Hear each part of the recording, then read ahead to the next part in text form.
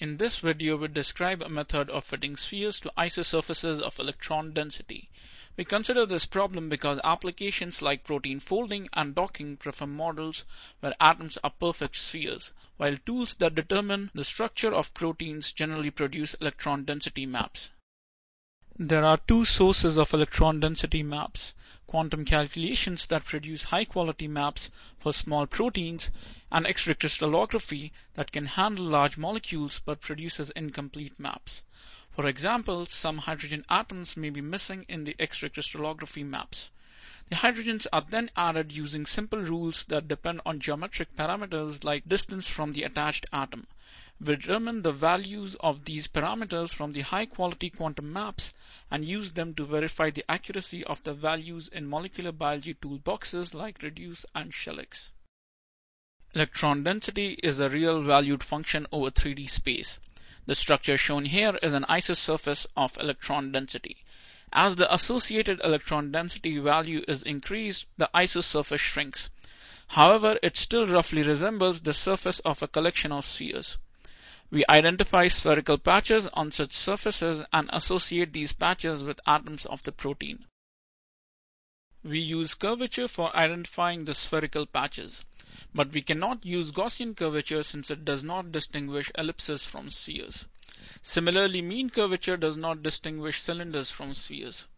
Instead, for each vertex V on the level set surface, we find neighboring vertices within 0.6 angstroms.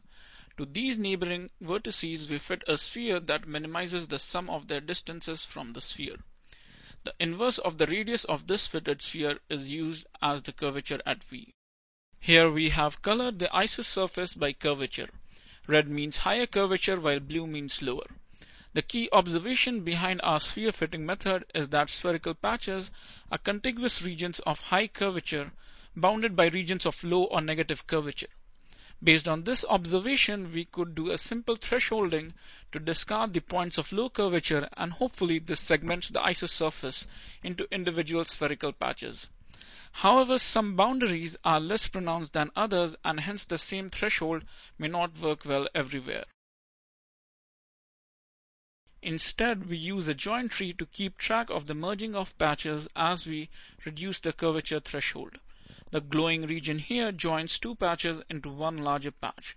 The joint tree records all such events in a tree structure. Each node of the tree corresponds to a patch on the isosurface. The node 398 here corresponds to the patch shown in red. The root node corresponds to the whole isosurface.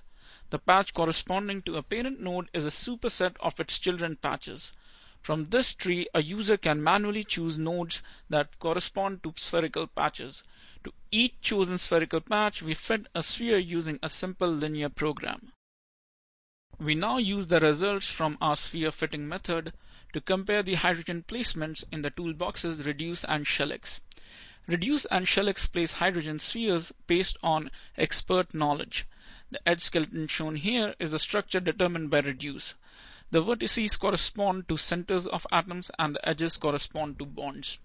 Our method identifies a set of dots for each of the 4 hydrogens in the structure. The ball shown here is the center computed by our method, while the red triangle is the center determined by SHELX. Reduce places the hydrogen at the free end of the bond. We find that SHELX consistently matches our calculations better than reduce does. This answers the question we were asked by the authors of the popular molecular biology toolbox, reduce. Here is an example of our results for a larger molecule. Thanks for watching.